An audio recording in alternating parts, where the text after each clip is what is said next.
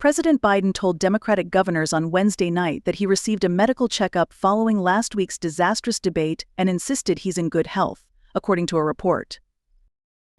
But the short doctor's visit was only to assess an apparent lingering cold and didn't include any major tests, a source told Politico.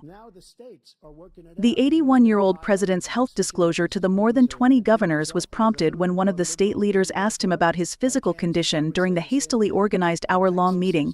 3 people with knowledge of the conversation told the outlet. The discussion was put together amid increased concern in the Democratic Party over the president's age, cognitive fitness and ability to serve another 4-year term. Biden said he had a checkup just days before and said he was healthy while knocking on wood for effect. 2 of 3 people, who were granted anonymity to speak freely, told the outlet.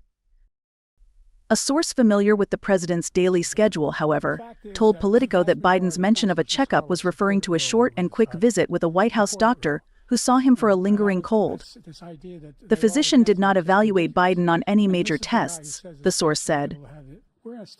Just hours earlier, White House Press Secretary Karine Jean-Pierre refused to directly answer reporters' questions on whether the president's health had been professionally evaluated following the debate, according to the publication.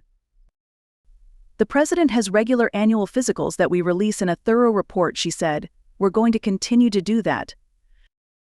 Several governors, including those considered the best picks to replace Biden should he step out of the race, made public statements of support for Biden following the meeting. Multiple governors used the same phrase that Biden is in it to win it in their remarks. Soon after the meeting ended, possible Democratic replacement pick, Michigan Gov. Gretchen Whitmer, tweeted her support for the president, repeating the slogan of the meeting at Joe Biden is our nominee. He is in it to win it, and I support him. Just 3 governors who attended the meeting in person stuck around to speak to reporters. New York Gov. Kathy Hochul said that all of the state heads in the meeting pledged our support to him because the stakes could not be higher. But privately, at least 2 staffers seemed weary of Biden's future, according to Politico.